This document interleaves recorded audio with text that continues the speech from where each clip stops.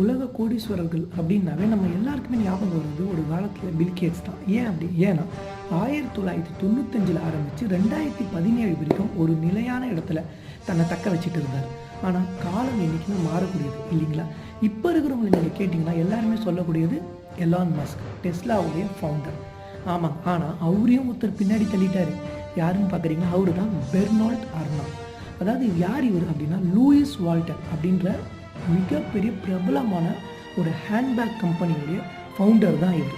அது மட்டும் இல்லாமல் ப்ரீமியம் லெதர் ப்ராடக்ட்ஸை கொடுத்துட்ருக்காங்க. இவங்களுடைய ப்ராடக்ட் எல்லாமே காஸ்ட்லி.